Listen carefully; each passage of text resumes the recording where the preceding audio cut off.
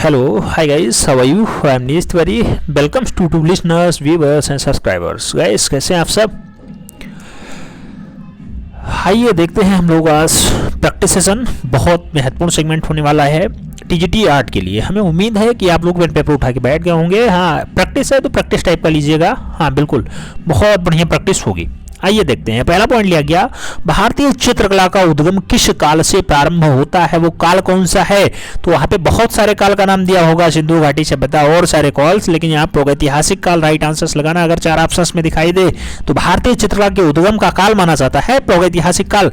अगला महत्वपूर्ण पॉइंट आता है कि कला का अर्थ होता है, तो कला प्रेरित करना होता है। कला का वास्तविक अर्थ है प्रेरित करना, किसी को जो है एट्रैक्टिव कर लेना, प्रेरित कर देना। अगला बहुत इंपॉर्टेंट पॉइंट है, ये पॉइंट कई बार छप चुका है। कला किस भाषा का शब्द है? तो कला संस्कृत भाषा का शब्द है, याद रखना है। विश्व की सबसे प्राचीनतम भाषा संस्कृति का शब्द माना जाता है कला। अगला पॉइंट, कला संस्कृति भाषा के किस धातु से बना हुआ है? अगर धातु की बात कर ले, मान लो और डीप जाता है तो कल धातु माना जाता है, कल धातु से बना हुआ है कला। अगला पॉइंट आएगा, कला शब्द का सर्वप्रथम प्रयोग कहाँ हुआ था? क्वेश्चन छप चुका है, स्टार लगाइएगा। सर्वप्रथम प्रयोग कहाँ पे हुआ है? तो वो काल माना जाता है ऋग्वेद। ऋग्वेद में मूल रूप से सबसे पहले कला का प्रयोग माना जाता है। ऋग्वेद सबसे पुराना वेद भी माना जाता है, याद रखना, ऋग्वेद सबसे पुराना वेद माना जाता है। आगे बात करेंगे। अगला पॉइंट आता है बहुत महत्वपूर्ण पॉइंट, कला शब्द का यथार्थवादी प्रयोग सर्वप्रथम किसके द्वारा किया गया था? अगर यथार्थवादी प्रयोग पूछे तो भरत मुनि लगाना है, याद रखना, भरत मुनि, भरत मुनि। आगे बात करेंगे। अगला पॉइंट आता है कि भरत मुनि द्वारा रचित पुस्तक नाट्यशास्त्र, नाट्यशास्त्र को किसने लिखा? भरत मुनि ने लिखा। नाट्यशास्त्र किस शताब्दी की रचना है? अगर शताब्दी पूछ ले तो पहली शताब्दी लगाना, फर्स्ट शताब्दी, फर्स्ट इरा, यानी पहली शताब्दी में मूल रूप से नाट्यशास्त्र को लिखा जाता है, याद रखना है। किसके द्वारा लिखा जाता है? भरत मुनि के द्वारा लिखा जाता है, जिन्होंने सबसे पहले कला शब्द का यथार्थवादी प्रयोग किया था।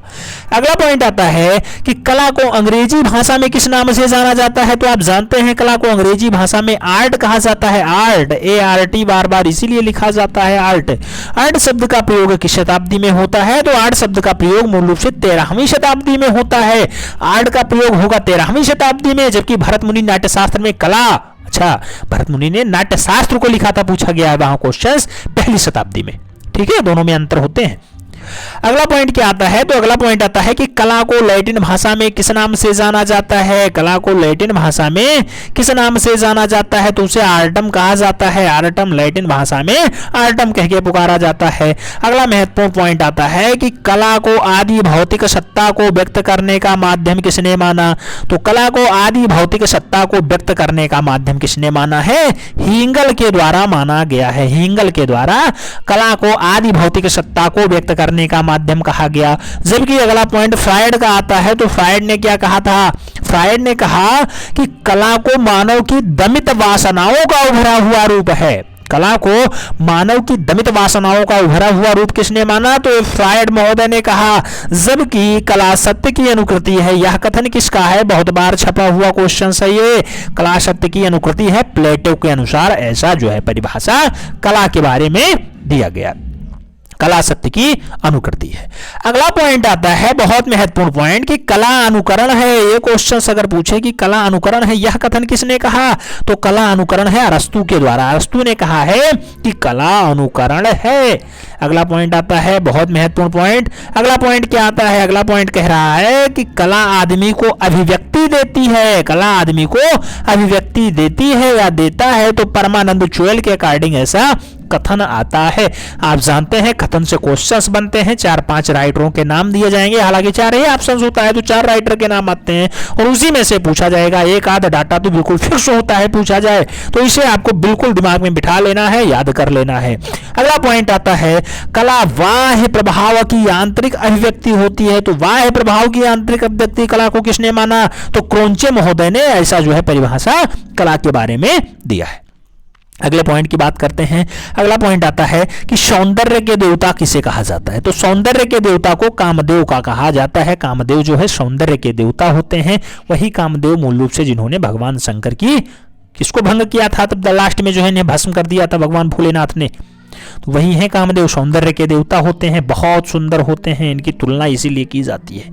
अगला पॉइंट आता है आधुनिक कला में कला को कितने भागों में वर्गीकृत किया गया। तो आधुनिक कला में कला को कितने भागों में, तो आधुनिक कला में कला को कितने भागों में, 2 भागों में बांटा गया है। 2 भाग होते हैं आधुनिक कला में, 2 भाग होते हैं।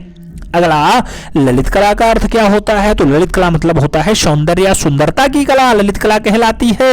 ललित कला कितने प्रकार की होती हैं। तो ललित कलाएं 5 प्रकार की होती हैं, याद रखना, ललित कलाएं 5 प्रकार की होती हैं। चित्रकला, मूर्तिकला, स्थापत्य कला, संगीत कला और काव्य कला। तो इस टाइप से 5 कलाएं होती हैं ललित कला की।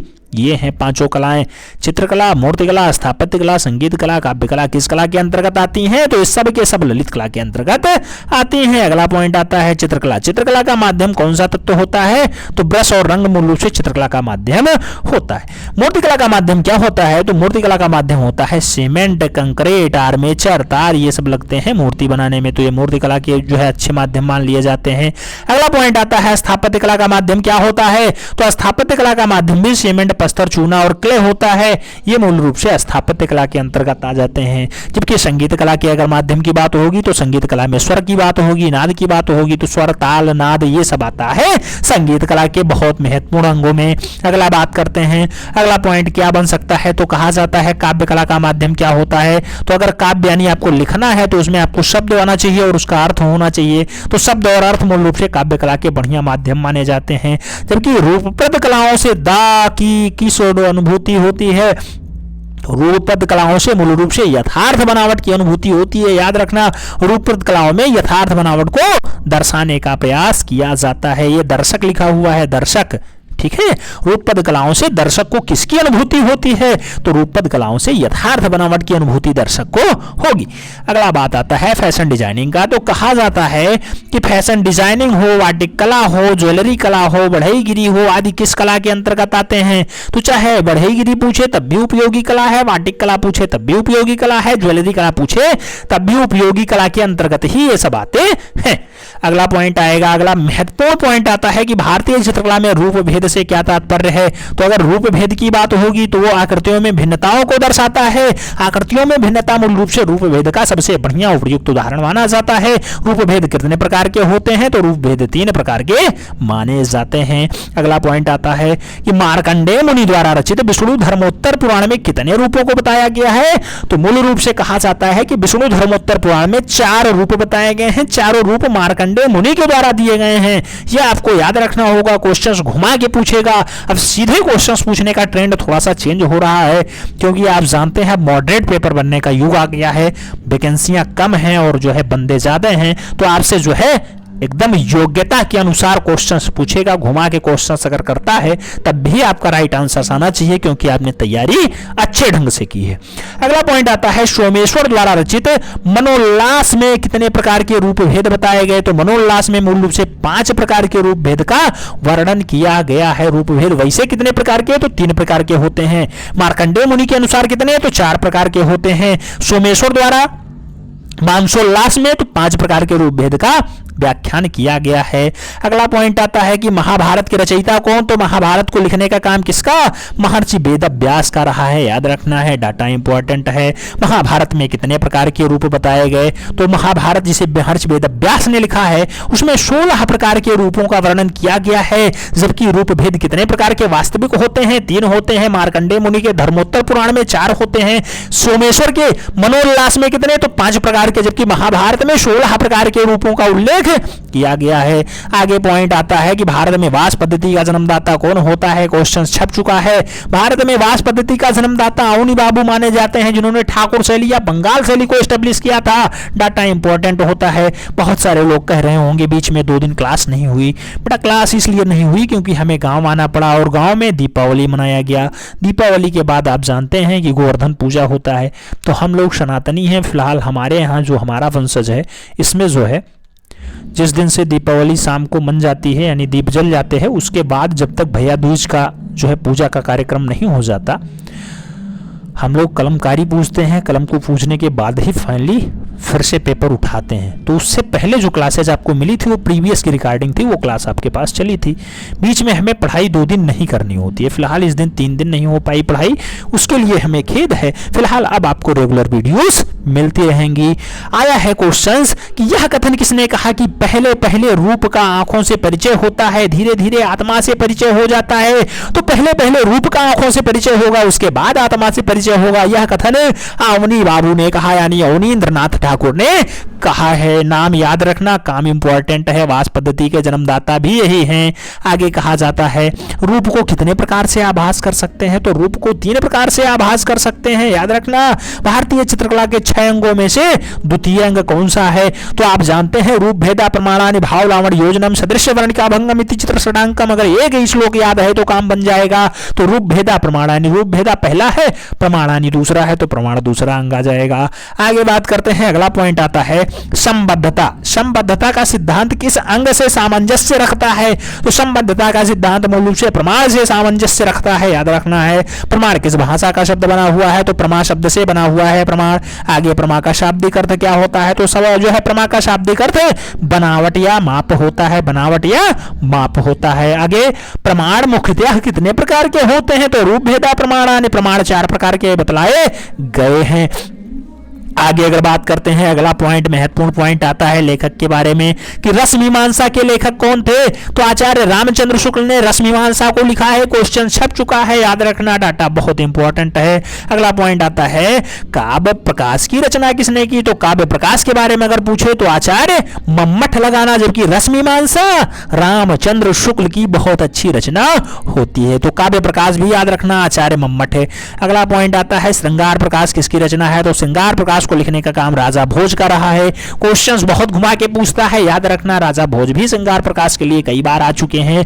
रतिमय सिद्धांत, रतिमय सिद्धांत किसने दिया, तो आचार्य वामन के द्वारा रतिमय सिद्धांत प्रस्तुत किया जाता है। रतिमय सिद्धांत किसके द्वारा, तो आप जानते हैं रतिमय सिद्धांत आचार्य वामन के द्वारा दिया जाता है। आगे बात करते हैं, अगला महत्वपूर्ण पॉइंट आता है सहानुभूति का सिद्धांत किसने दिया था, तो सहानुभूति का सिद्धांत मिस्टर क्रोचे के द्वारा दिया गया। क्रोचे के द्वारा सहानुभूति का सिद्धांत प्रस्तुत किया गया। जबकि अगर कहते उत्पत्तिवाद का सिद्धांत, तो भट्टो लोलक, याद रखना, भट्टो लोलक मूल रूप से उत्पत्तिवाद का सिद्धांत देते हैं। अनुमतिवाद की अगर बात करें तो शशंकु का नाम याद रखना, शशंकु ने अनुमुक्तिवाद का सिद्धांत या फिर अनुमानवाद का सिद्धांत दिया था। अभिव्यक्तिवाद आप जानते ही हैं, अभिव्यक्तिवाद जो है अभिनव गुप्ता के द्वारा दिया जाता है। रतिमय सिद्धांत आचार्य वामन देते ही हैं। तो ये सब नाम याद रखना, काम आपका बन जाएगा। उद्दांत का सिद्धांत किसके द्वारा दिया गया, तो उद्दांत का सिद्धांत अगर बात करें तो मूल रूप से किसके द्वारा, लोजाइनस के द्वारा उद्दांत का सिद्धांत दिया जाता है। लोजाइनस याद रखना। अनुकृति का सिद्धांत किसने, तो मिस्टर अरस्तु ने दिया था अनुकृति का सिद्धांत।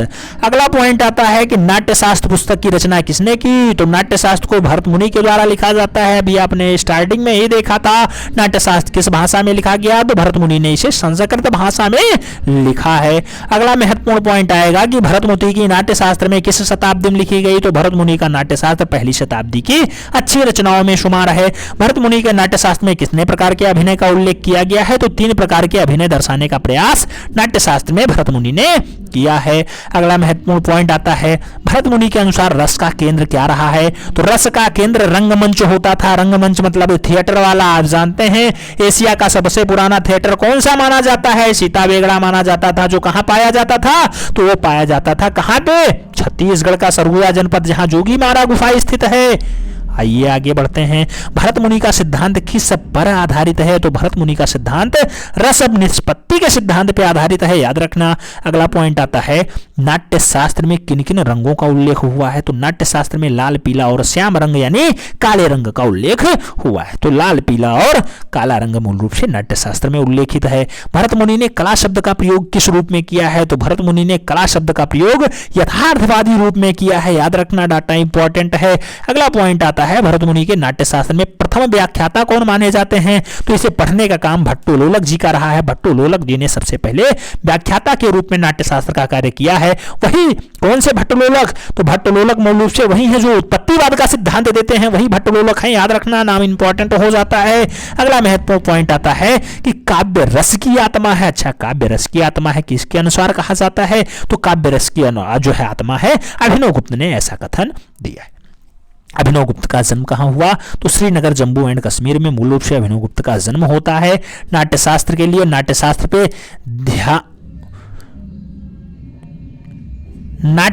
पे ध्यान लोलक लोचन नामक टीका किसने लिखा, नाट्यशास्त्र पे ध्यान लोलक लोचन नामक टीका किसने लिखा, जैसे आप जानते होंगे कामसूत्र आता है, वात्स्यायन की कृति होती है, उस पे टीका जय मंगला आता है।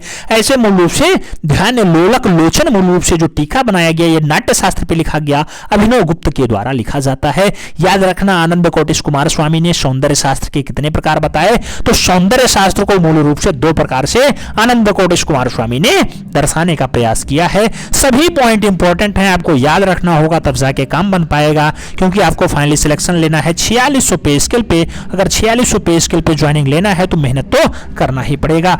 अगला पॉइंट आता है, किस ग्रंथ में उल्लेखित है कि विश्वकर्मा ने सृष्टि का चित्र बनाया है, तो सृष्टि के चित्र मूल रूप से चित्र सूत्र में बताया गया है कि विश्वकर्मा ने सृष्टि का चित्र बनाया है। याद रखना, नाम इंपॉर्टेंट है, काम इंपॉर्टेंट है। अगला पॉइंट आता है, चित्रसूत्र में कितने प्रकार के चित्रों को बताया गया है, तो चित्रसूत्र में मूल रूप से 4 प्रकार के चित्रों को दर्शाने का प्रयास किया गया है। अगला पॉइंट आता है कि चित्रसूत्र में कितने प्रकार के पुरुषों का उल्लेख है, तो 4 प्रकार के पुरुषों का उल्लेख किया गया है। आगे कहा जाता है कि भारत में सौंदर्य शास्त्र का जनक किसे कहा जाता है, तो भारत में सौंदर्य शास्त्र का जो जनक है वो भरत मुनि माना जाता है, भरत मुनि। अगला पॉइंट आएगा कि विश्व स्तर पे सौंदर्य शास्त्र का जनक किसे कहा जाएगा, तो वाउमा गोन्टेन विश्व लेवल पे सौंदर्य शास्त्र के जनक माने जाते हैं। सौंदर्य शास्त्र के जनक विश्व लेवल पे कौन है, तो वाउमा गोन्टेन है। अगला, लावणी का अर्थ क्या होता है, तो बाह्य सौंदर्य मूल रूप से लावणी योजना की अच्छी जो है उल्लेख मानी जाती है। लावणी योजना का अर्थ क्या होता है, बाह्य सौंदर्य होता है। आगे बात करते हैं तो अगला पॉइंट आता है कि यह कथन किसका है कि मोती की तरलता की भांति चित्रों के अंगों को सुशोभित करने वाले गुण को लावणी कहते हैं। तो रूप गोस्वामी ने ऐसी परिभाषा किसके लिए दी है, लावणी के लिए दी है। अगला पॉइंट आता है कि सदृश्य का अर्थ क्या होता है, तो सदृश्य में किसी वस्तु या चित्र का हूबहू चित्रण, सेम टू सेम जिराक्स निकाल दो, वो होता है क्या, तो होता है सदृश्य। अगला पॉइंट आता है कि किस पुस्तक में सदृश्य को चित्र की प्रथम वस्तु माना गया, तो चित्र का पहला वस्तु मूल रूप से चित्रसूत्र ही माना गया है। चित्रसूत्र पुस्तक में मूल रूप से सदृश्य को कैसा दर्शाया गया है, चित्र की पहली वस्तु माना गया है। आगे बात करते हैं तो अगला पॉइंट आता है कि चित्रसूत्र की रचना किसके द्वारा किया गया, तो चित्रसूत्र को लिखने का काम नारायण मुनि का रहा है। याद रखना है, वर्णिका भंग से तात्पर्य क्या होता है, तो विभिन्न प्रकार के रंगों का सम्मिश्रण वर्णिका भंग कहलाता है। आगे बात करते हैं, अगला पॉइंट क्या आएगा कि कला के प्रमुख तत्व कितने हैं, तो 6 हैं। आप जानते हैं, रूप भेदा प्रमाणानि भाव लावणी योजनम सदृश्य वर्णिका भंगम इति चित्र षडांकम। ये तो क्या होता है, तो मूल रूप से ये होता है क्या, यशोधर पंडित का षडांग। लेकिन अगर बात करें कला के 6 तत्व, तो 6 तत्व होते हैं, आप जानते ही हैं। 6 तत्वों के अलग अलग साक्ष्य भी मिलते हैं, रेखा, वर्ण, तान, पोतंत्राल। ठीक है, ये सब डाटा आपको याद रखना होगा। भारतीय चित्रकला की विशेषता क्या है, तो रेखा प्रदान इसकी विशेषता रही है। रेखा कितने प्रकार की होती हैं, तो 2 प्रकार की रेखाओं का उल्लेख किया गया है। किसी बिंदु से एक ही दिशा में खींची गई रेखा को क्या कहा जाता है, सरल रेखा कहा जाएगा। स्थिरता के प्रभाव को कौन सी रेखा दर्शाती है, तो क्षैतिज रेखा स्थिरता के प्रभाव को दर्शाने का काम करती है। कला में सबसे प्राचीन तत्व कौन सा होता है, तो कला में सबसे पुराना तत्व रेखा ही माना जाता है। रेखा के कितने भेद बताए गए हैं, तो रेखा के सरल और वक्र यानी 2 भेद बताए गए हैं। आगे अगर पॉइंट की बात करते हैं तो अगला पॉइंट आता है कि क्षितिज के समानांतर खींची गई रेखा को क्या कहते हैं, तो क्षितिज के समानांतर खींची गई रेखा क्षैतिज रेखा कहलाती है। प्रवाही रेखाएं कौन सी होती हैं या कौन सा भाव प्रकट करती हैं, तो आप जानते हैं प्रवाही रेखाएं मूल रूप से लावण्य और माधुर्य भाव दर्शाती हैं, गति प्रकट करती हैं, गति को दर्शाने का काम प्रवाही रेखाओं का रहा है। आगे पॉइंट आता है कि यंत्रों द्वारा बनाए गए चित्रों की रेखा कैसी होती है, तो यंत्रों द्वारा बनाए गए चित्रों की रेखा कठोर होती है। हमें उम्मीद है कि हमने जो 1999 से लेकर के मूल रूप से कहां तक का डाटा, तो 1999 से लेकर के 2021 तक के सभी पेपर सॉल्व कराए हैं। आप लोगों ने उसे सीरियल वाइज देखा होगा, अच्छे से नोट डाउन किया होगा, कौन सा क्वेश्चन रिपीट हो रहा है उस पे जो है खास प्रकाश डाला होगा। अगला पॉइंट आता है, वह वस्तु जिसका निश्चित आकार और वर्ण होता है उसे क्या कहते हैं, तो निश्चित आकार हो वर्ण हो उसे रूप की संज्ञा दी जाती है कि वो रूप कहलाता है। अगला पॉइंट आएगा कि रेखाओं का समुचित प्रयोग किन कलाओं में अत्यधिक महसूस होता है, तो रेखाओं का समुचित प्रयोग किन कलाओं में ज्यादा महसूस होगा, पूर्व की कलाओं में ज्यादा बढ़िया से दर्शाने का प्रयास किया जाता है। अगला पॉइंट, वस्तु की आकृति को क्या कहा जाता है, तो वस्तु की आकृति को रूप कहा जाता है। जबकि अगला पॉइंट आता है कि प्लेटो ने रूप को कितने वर्गों में बांटा है, तो 2 सापेक्ष और निरपेक्ष रूपों में बांटने का प्रयास प्लेटो के द्वारा किया गया है। अगला पॉइंट आता है कि सापेक्ष रूप किसके अंतर्गत आता है, तो सापेक्ष रूप मूल रूप से यथार्थ चित्रण के अंतर्गत आता है। और निरपेक्ष रूप आकृतियों में कैसा बनाया जाता है, तो यह अमूर्त रूप में दर्शाने का प्रयास निरपेक्ष रूप में होता है। चित्रकला में रूप के कितने भेद होते हैं, तो चित्रकला में रूप के कितने भेद, सक्रिय और सहायक यानी 2 भेद बताए गए हैं। अगला पॉइंट, वर्ण किसे कहते हैं, तो प्रकाश के गुणों को वर्ण कहा जाता है। क्वेश्चन छप चुका है, इसे स्टार के साथ याद रखना। अगला पॉइंट आता है कि वर्णों को चित्रकारों की भाषा में क्या कहा जाता है, तो वर्ण को चित्रकारों की भाषा में हुई कहा जाता है। क्वेश्चन छपा है, याद रखना है। हुई मूल रूप से वर्ण को चित्रकारी की भाषा में कहा जाता है। चित्रकार इसे वर्ण नहीं कहेंगे, चित्रकार इसे हुई कहते हैं, याद रखना है। अगला, विश्व स्तर पे जल रंग की खोज किसने की थी, तो जल रंग को खोजने का काम पाल सैंडबाइक का रहा है। विश्व स्तर पे जल रंग को खोजने का काम पाल सैंडबाइक जी का रहा है। अगला पॉइंट आता है कि प्रकाश का कंपन किस रंग में होता है, तो प्रकाश का कंपन लाल और बैंगनी रंगों में ज्यादा दिखाई देता है। जबकि तटस्थ रंग की अगर बात करें तो तटस्थ रंग किसे कहते हैं, तो काला और सफेद रंग मूल रूप से तटस्थ रंगों की श्रेणी में आ जाता है। तटस्थ रंगों की श्रेणी में आ जाता है काला और सफेद रंग। आगे बात करते हैं, तान किसे कहते हैं, तो रंगत के हल्के और गहरेपन को तान कहा जाता है। तो रंगत के गहरे और हल्केपन को क्या कहेंगे, तान की संज्ञा देंगे, तान का नाम देते हैं। आगे पॉइंट आता है कि सघनता किसका परिचायक होता है, तो सघनता शुद्धता का परिचायक माना जाता है, सघनता। जबकि जर्मन विद्वान ओस्टवाल्ड ने रंगतों के कितने चक्र बताए, तो ओस्टवाल्ड के द्वारा 8 चक्रों का उल्लेख किया गया। क्वेश्चन छप चुका है, डबल स्टार के साथ रखिएगा। अगला पॉइंट आता है कि लाल पीला नीला किस श्रेणी के रंग हैं, तो लाल पीला नीला याद रखना, लाल पीला नीला प्राथमिक प्राइमरी रंग आते हैं, प्राथमिक श्रेणी के रंग होते हैं। 2 प्राथमिक रंगों को आपस में मिलाने से कौन सा रंग बनता है, तो जब 2 प्राथमिक रंग आपस में मिलाएंगे तब द्वितीयक रंगों का निर्माण होता है, यानी सेकेंडरी रंगों का निर्माण हो जाता है। आगे कहा जाता है कि आलिव किस श्रेणी के रंग हैं, तो आलिव मूल रूप से तृतीय श्रेणी के रंग माने जाते हैं। अगला पॉइंट क्या बनता है, तो अगला पॉइंट बनता है कि रैसेट रंग बनाता है। रैसेट रंग कैसे बनता है, तो रैसेट रंग मूल रूप से बनता है नारंगी और बैगनी के मिला देने से। नारंगी और बैगनी आपस में मिला दो, रैसेट रंग तैयार हो जाएगा। अगला पॉइंट, महत्वपूर्ण पॉइंट आ गया, विभिन्न रंगों से बने प्रकाश को क्या कहा जाता है, तो विभिन्न रंग अगर ज्यादा टाइप के रंग आपस में मिल जाए तो ऐसा प्रकाश पॉलीक्रोम कहलाता है, पॉलीक्रोम कहलाता है। अगला, गर्म या ऊष्म रंग किसे कहा जाता है, तो गर्म कहो या ऊष्म कहो बात एक ही है। गर्म और ऊष्म रंग पीला और लाल होते हैं, गर्म और ऊष्म रंग। जबकि अगला पॉइंट आता है कि कलाकार वाटर कलर में क्या मिलाता है, तो वाटर कलर में कलाकार जल को मिलाएगा, इसीलिए उसका नाम ही होता है वाटर कलर। अगला, आनंद किस रंग के प्रभाव से उत्पन्न होता है, तो आनंद किस रंग के प्रभाव से उत्पन्न होगा, आनंद मूल रूप से नीले रंग के प्रभाव से, नीले रंग के प्रभाव से उत्पन्न होता है। क्या, आनंद। आनंद की अनुभूति नीले रंग के प्रभाव से होती है। अगला, पोत किसे कहा जाता है, पोत की अगर बात करते हैं तो पोत आप जानते हैं कि धरातल के गुण को पोत कहा जाता है। धरातल का जैसा गुण होगा वो उसका पोत कहलाया जाएगा। धरातल कितने आयामी होते हैं, तो धरातल कितने आयामी बताए गए हैं, 2 आयामी बताए गए हैं धरातल।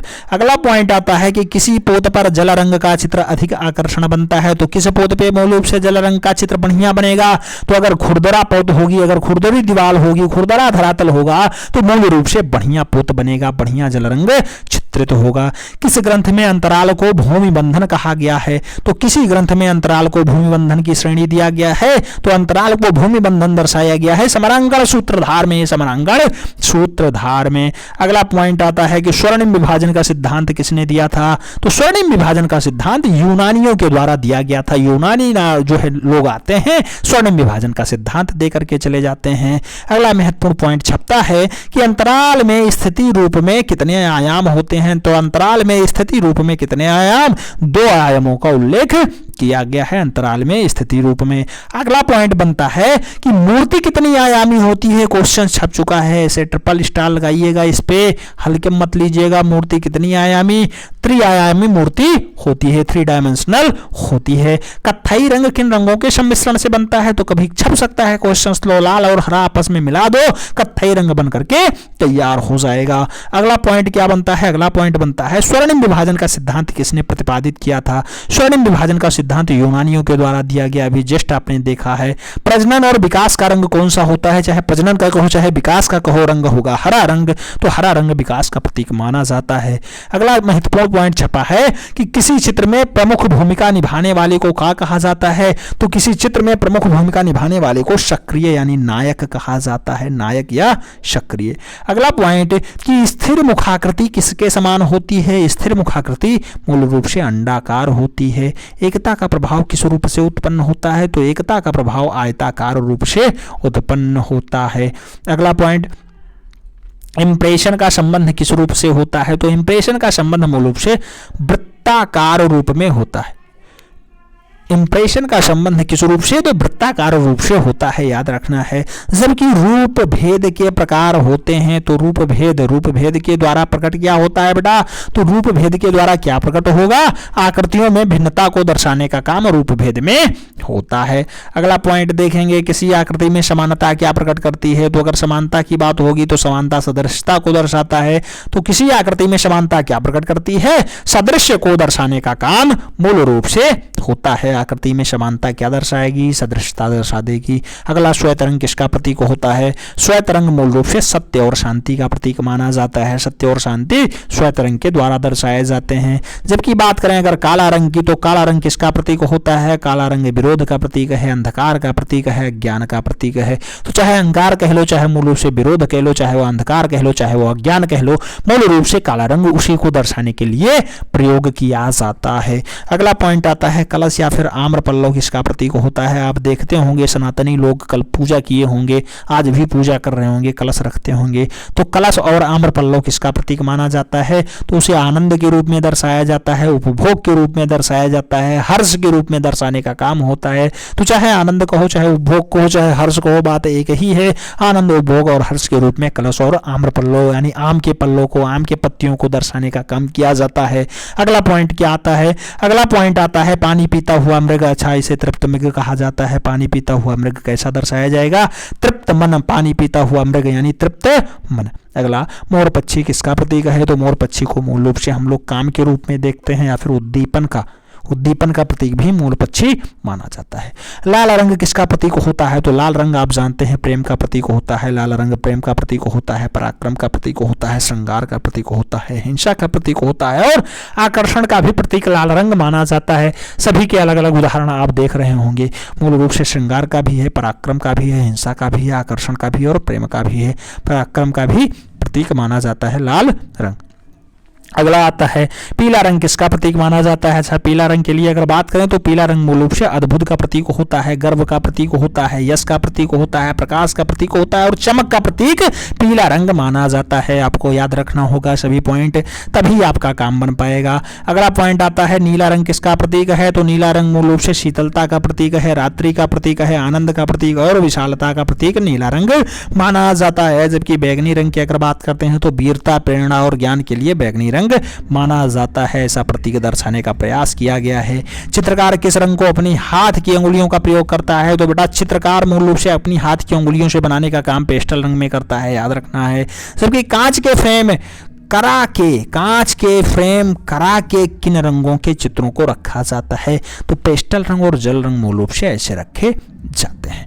अगला पॉइंट, महत्वपूर्ण पॉइंट आ गया कि कागज के विभिन्न कतरनों से बने चित्र को क्या कहा जाता है। तो कागज के कतरनों से जो बनेगा उसे कोलाज कहा जाएगा। और विश्व स्तर पे कोलाज पेंटिंग का जन्मदाता कौन है? तो ब्राक महोदय विश्व स्तर पे कोलाज को यानी कतरनों से बनाने के लिए फेमस होते हैं, ब्राक महोदय। जबकि अगर भारत देश की बात होगी तो भारत में कोलाज तकनीकी के चित्रण करने वाले कौन? तो भारत में कोलाज तकनीकी से चित्रण करने का काम इंद्र कुमार गुजराल के भाई सतीश कुमार गुजराल। इंद्र कुमार गुजराल कौन होते हैं? भारत के पीएम होते हैं, प्राइम मिनिस्टर के भाई हैं सतीश गुजराल। मूल रूप से कोलाज तकनीकी को पहले ऐसे चित्रकार हैं जो चित्रण का कार्य करते हैं भारत में।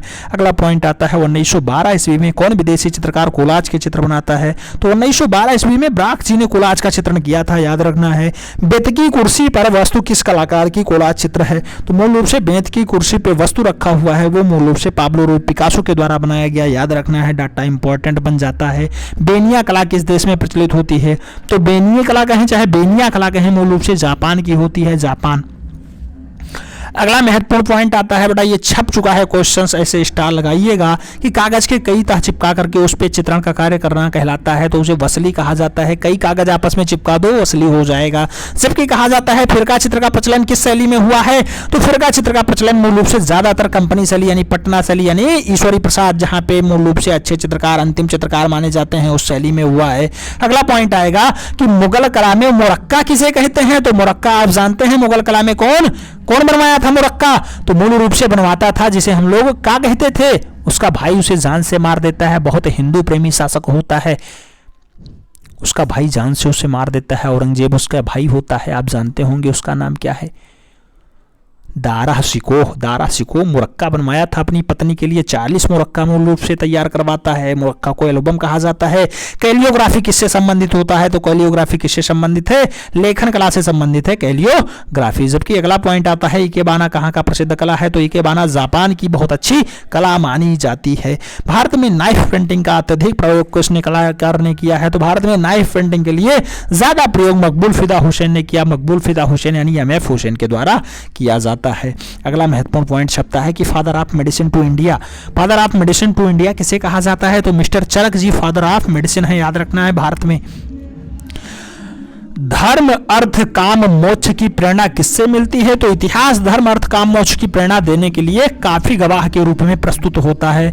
आगे बात करें तो इतिहास को कितने भागों में बांटा गया है? तो प्रागैतिहासिक, आदि ऐतिहासिक और ऐतिहासिक मूल रूप से 3 भागों में बांट करके इसे पढ़ने का काम किया जाता है। अगला पॉइंट आता है कि प्रागैतिहासिक काल को कितने भागों में बांटा गया? पुरापाषाण काल जिसे हम लोग पूर्व पाषाण काल कहते हैं, मध्य पाषाण काल और नवपाषाण काल 3 भागों में बांटा जाया गया है। और नवपाषाण काल को उत्तर पाषाण काल की संज्ञा भी दी जाती है। तो नवपाषाण कहो चाहे उत्तर पाषाण काल कहो, बात एक ही होती है। कुल मिलाकर के प्रागैतिहासिक काल को कितने भागों में? तो 3 भागों में बांटा गया है। अगला पॉइंट आता है कि पूरा पाषाण काल का समय क्या होता है? तो बिल्कुल याद रखना, पूरा पाषाण काल सबसे पहला वाला होता है 30,000 ईसा पूर्व से 25,000 ईसा पूर्व तक का होता है।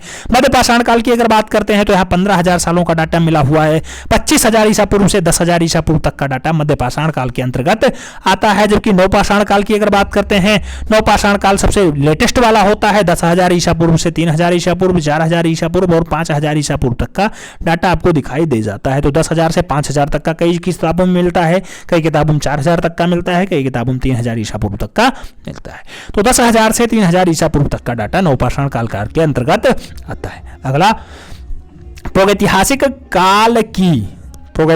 काल की चित्रशैली किसे मानी जाती है? तो मूल रूप से प्रागैतिहासिक काल की चित्रशैली कितनी है? 5 प्रकार की चित्रशैली मानी जाती है प्रागैतिहासिक काल की। छेपांकन शैली किस कला की विशेषता रही है? किस शैली की विशेषता रही है? तो प्रागैतिहासिक काल की विशेषता रही है छेपांकन शैली। जबकि अगला पॉइंट आता है कि अर्धपूरक शैली किस काल की शैली रही है? तो अर्धपूरक शैली मूल रूप से प्रागैतिहासिक काल की शैली मानी जाती है। प्रागैतिहासिक शब्द का प्रयोग सबसे पहले किसने किया? तो प्रागैतिहासिक शब्द सबसे पहले डेनियल विल्सन के द्वारा दिया जाता है। डेनियल विल्सन सबसे पहले प्रागैतिहासिक शब्द का प्रयोग करते हैं। अगला पॉइंट आता है archaeology and prehistoric analysis of Scotland नामक पुस्तक किसने लिखी है? तो यही डेनियल विल्सन साहब लिखते हैं। कब लिखते हैं? 1851 ईस्वी के आसपास लिख देते हैं। अगला पॉइंट छपता है कि हड़प्पा सभ्यता किस काल के अंतर्गत आती है? तो हड़प्पा सभ्यता मूल रूप से आद्य ऐतिहासिक काल के अंतर्गत आएगी, याद रखना, आद्य ऐतिहासिक काल। बहुत बढ़िया पॉइंट आ गया। किस स्थल से लिपस्टिक का साक्ष्य मिलता है? लिपस्टिक वही जो महिलाएं प्रयोग करती हैं, याद रखना है। तो लिपस्टिक का साक्ष्य चनहूदड़ों से मिलता है, चाहे काजल कहे, चाहे पाउडर कहे, चाहे लिपस्टिक कहे, सिर्फ